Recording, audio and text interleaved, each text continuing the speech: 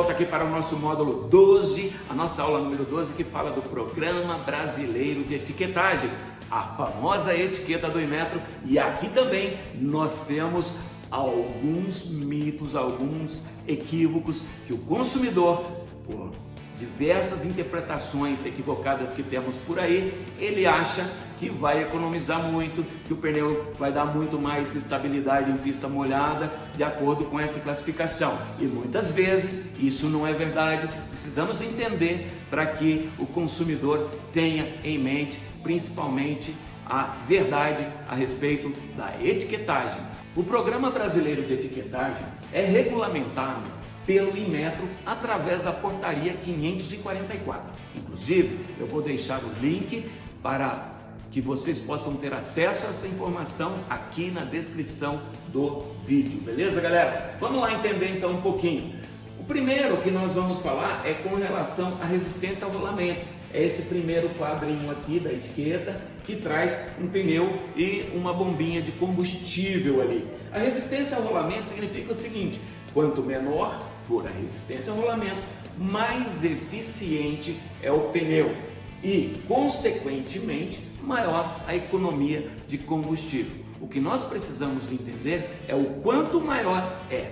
E eu vou no próximo slide esclarecer isso melhor para vocês. A seguir, no outro quadro aqui, nós temos aderência em pista molhada, representada por um pneu e uma nuvenzinha com umas gotículas de chuva aqui. Quanto maior for a aderência do pneu nessa condição, menor é a distância percorrida pelo veículo durante o processo de frenagem. Entendido, galera? Isso é muito importante. Lembrem da Fórmula 1 mais uma vez. Quando começa a chover, o que os pilotos fazem? Param e vão substituir os pneus slicks por pneus que tenham desenho na banda de rodagem, ok?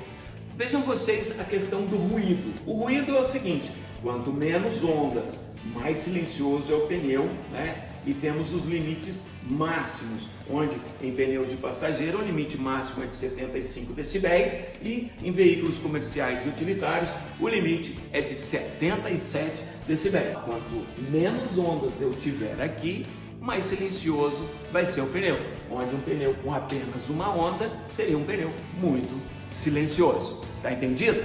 Vamos então para o nosso próximo slide para a gente esclarecer um pouquinho melhor essa questão. Tenho aqui um pneu que foi recém-lançado pela Dunlop, o SP Sport FM800, que tem uma classificação bem melhor em relação ao seu antecessor.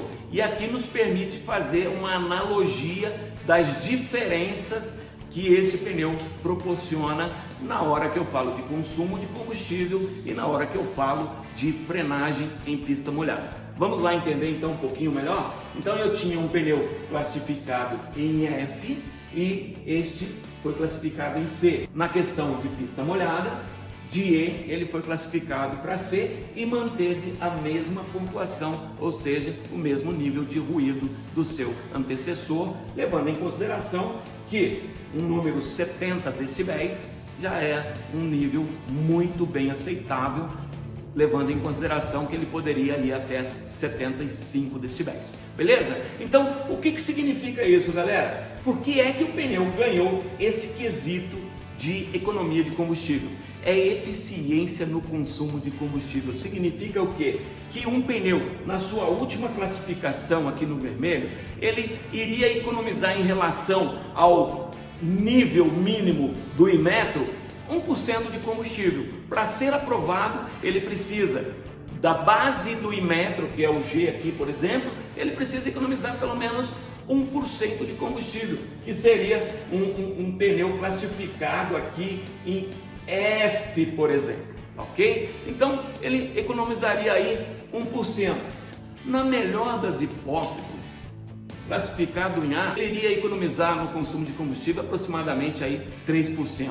Isso na melhor das hipóteses. O que significa, galera? Que um pneu classificado em F, vamos economizar aí 1%, quer dizer, meu carro faz 10 km com litro, eu vou fazer 10,01.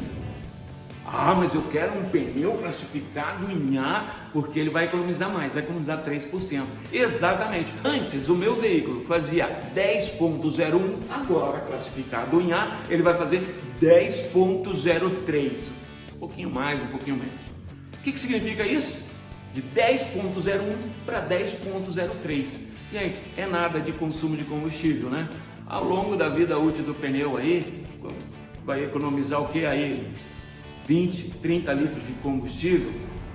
Pode até ser significante para alguém, mas o detalhe é o seguinte, galera, eu não vou sentir essa economia no bolso. Qual que é essa eficiência?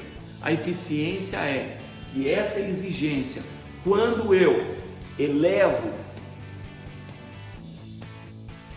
essa eficiência no consumo de combustível para 40 milhões de veículos aproximadamente que nós temos rodando no Brasil, então nós estamos falando que estamos poluindo menos a atmosfera porque estamos queimando menos combustíveis e muitas vezes combustíveis fósseis. Então, neste caso, estamos sim contribuindo para o meio ambiente. Não significa que o consumidor vá sentir uma diferença no bolso.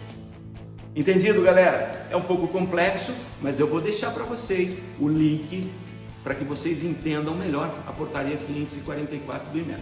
Da mesma forma, aderência em pista molhada, né? Foi aqui classificado. É óbvio que esse pneu ele tem uma performance melhor de frenagem e aí já é algo que significa um pouco mais. Esse pneu é um upgrade tecnológico em relação ao seu antecessor. No caso de ruído, ele manteve a mesma pontuação. Então, o que a gente observa aqui? Que o SP Sport ele foi 21% superior ao seu antecessor. Nossa, mas ele economiza 21% de combustível? Não. Lembram que eu falei que na pior das hipóteses ele economizaria 1%? O pneu de menor classificação e o de maior 3%, aqui está no nível médio, uns 2%. Então, significa que se esse meu pneu ele já era eficiente em 1%, varia 10,01, esse aqui vai ser aproximadamente 10,02. No entanto, ele é eficiente no consumo de combustível. Então, é 21% em relação ao percentual que esse já economizava. Deu para entender? Parece aquela brincadeirinha da nossa ex-presidente falando no WhatsApp, né? Mas é isso mesmo, galera. Precisamos entender que a eficiência no consumo de combustível é elevado a 40 milhões de veículos, poluindo menos o meio ambiente. Testes realizados em laboratório interno, certificado pelo Inmetro. Entendido? Neste caso, então, ele foi 21% menor em resistência ao rolamento em relação ao antecessor. Ok? O teste foi realizado em laboratório interno, certificado pelo Inmetro. Quando eu falo de frenagem no molhado, olha só, gente, ou seja, este veículo precisou de 59 metros para parar, enquanto o veículo que estava com o pneu antecessor ao FM800 precisou de 68 metros para parar. Isso aqui já é um pouco relevante, serve até como argumento de venda na hora de fazer a venda para o seu consumidor. Todavia, não significa que eu vou poder sair dirigindo feito maluco aí com as condições de pista molhada, que aí eu estou infringindo sérias regras relativas à segurança, certo? Então, esses testes foram realizados em campo de provas interno a velocidade de 90 km por hora, com pneu 205, 55, R16, 91V. Tá entendido, galera? 13% melhor na frenagem no molhado, então esse pneu tem em relação ao seu antecessor. Vale a pena dizer então que esse quesito é muito importante, pois é a máxima aderência em piso molhado.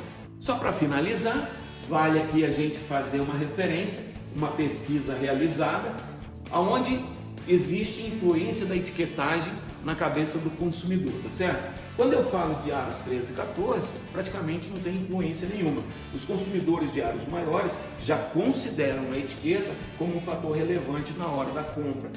Com esses consumidores buscam o equilíbrio entre quilometragem, dirigibilidade e frenagem.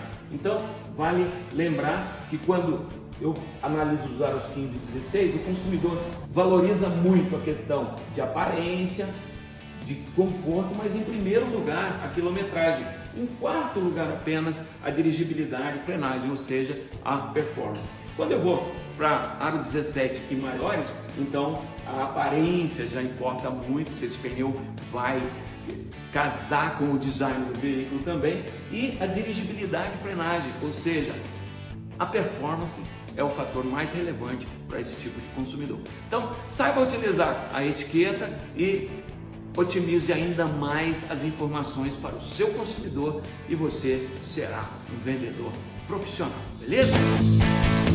Nosso próximo módulo, vamos falar de manutenção de pneus